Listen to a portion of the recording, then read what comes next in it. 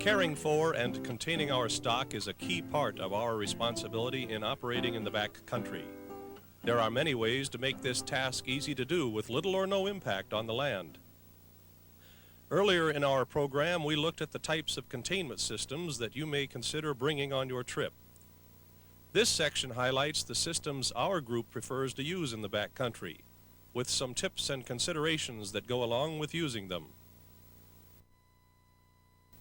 The basic system most often used is the highline. Always start with the tree saver straps and place them as high as possible on the tree. A 7-foot height seems to be ideal to keep the main hitch rope above your stock's head. Remember, a high line means keeping that line high and tight. There are 2 or 3 environmental reasons that we use the high line. The first is that the horse doesn't get close enough to the tree to dig it out by the roots or chew on it. The other is it's readily movable and easily movable from one site to another. If you're staying in the same site more than one night, the high line should be moved to a new site each night to avoid digging up the grass, the bushes, and the tree roots. Now this one is secure and will contain at least 5 head of stock overnight. They can wander around underneath it. They don't get tangled up in it. It's the safest, most secure way of containing your stock overnight there is.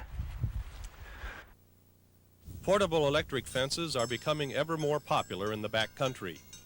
Besides the benefits of their relatively light weight, if used properly, they provide a low amount of impact on the land. The fence can corral an area up to 1 acre in size, holding as many as 30 head of stock. Get in the habit of rotating the fence daily, which usually means moving just 3 of the 4 sides adjacent to your current area. A good idea before you first use your electric fence in the field is to introduce and familiarize your stock with it at home. They will quickly become accustomed to the electric fence, which will reduce any problems in the field. Another suggestion is to keep your dominant animals in the corral and hobbled. This type of containment should keep your animals at bay. Loose grazing, if allowed, is the system with the least impact on an area. This containment system works well because it doesn't concentrate your animals to a specific site. Your dominant animal should at least have a bell and possibly a hobble as well. Sometimes also anchoring a picket and rotating it regularly will keep your stock from straying away. From time to time, keep an eye on your stock and their activities while contained. Make it a daily routine to scatter manure and fill in any holes created from animal use. By practicing good habits, we can project a good image of horse packing and have a real good time doing it too.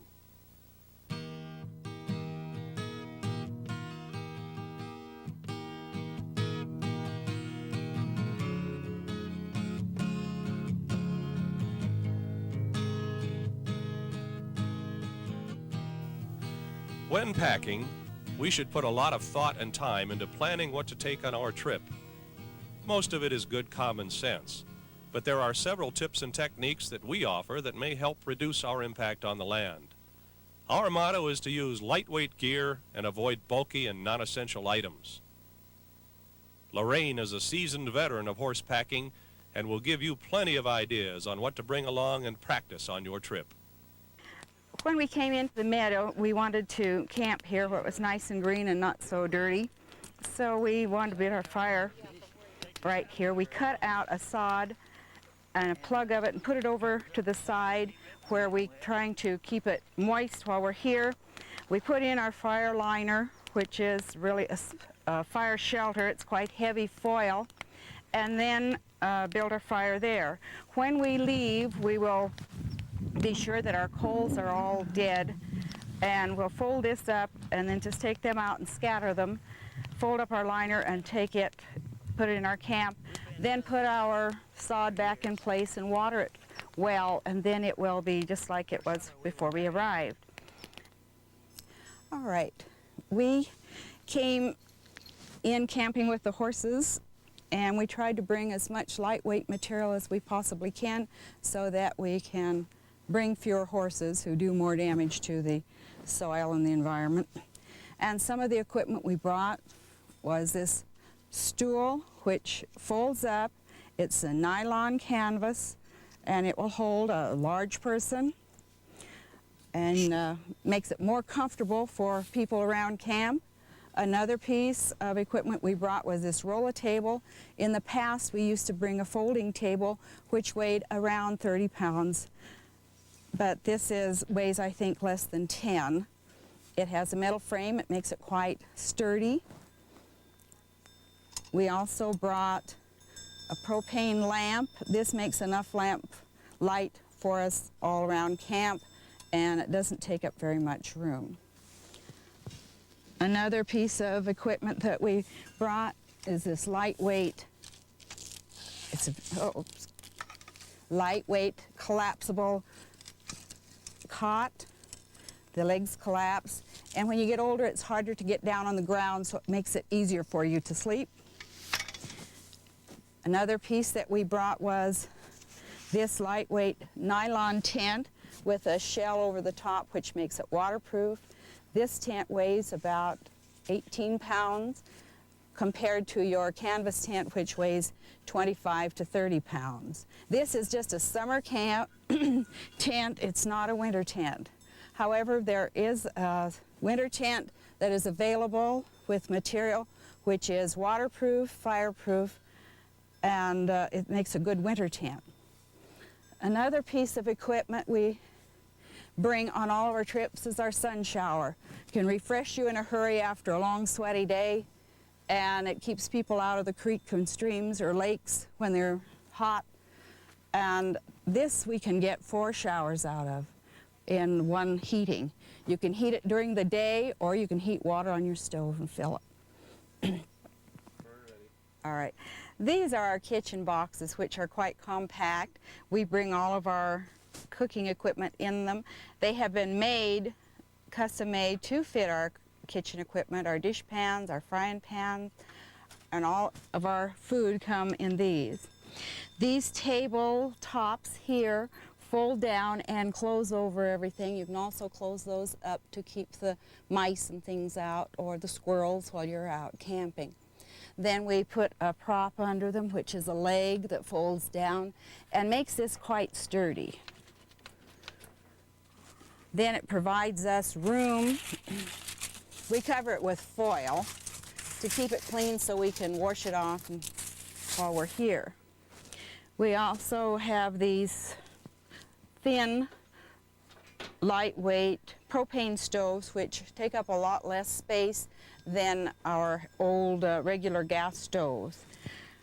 Then we bring the tank, put a Y in it, and we can use 2 stoves on those at one time.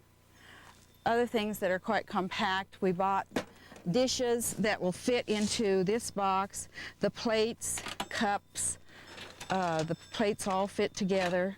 We have our lids in here, and sometimes we put our salt and pepper and things of that sort, and everything fits in that one little box, and it keeps it clean. You can also close it down.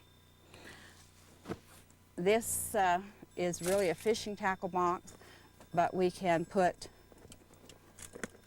all of our silverware in that little box, and our hot mats, and also it's a way of keeping it clean, keeping it all together.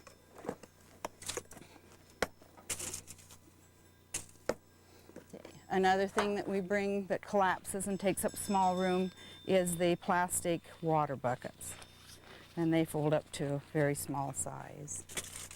Another thing that makes our camping more enjoyable would be the bags here. These are insulated bags that we have for our meat and our vegetables, and they're soft-sided yet well insulated, and they fit in a pack much easier than your rigid regular coolers. Another technique you should practice around camp is properly disposing of wastewater, well away from open water.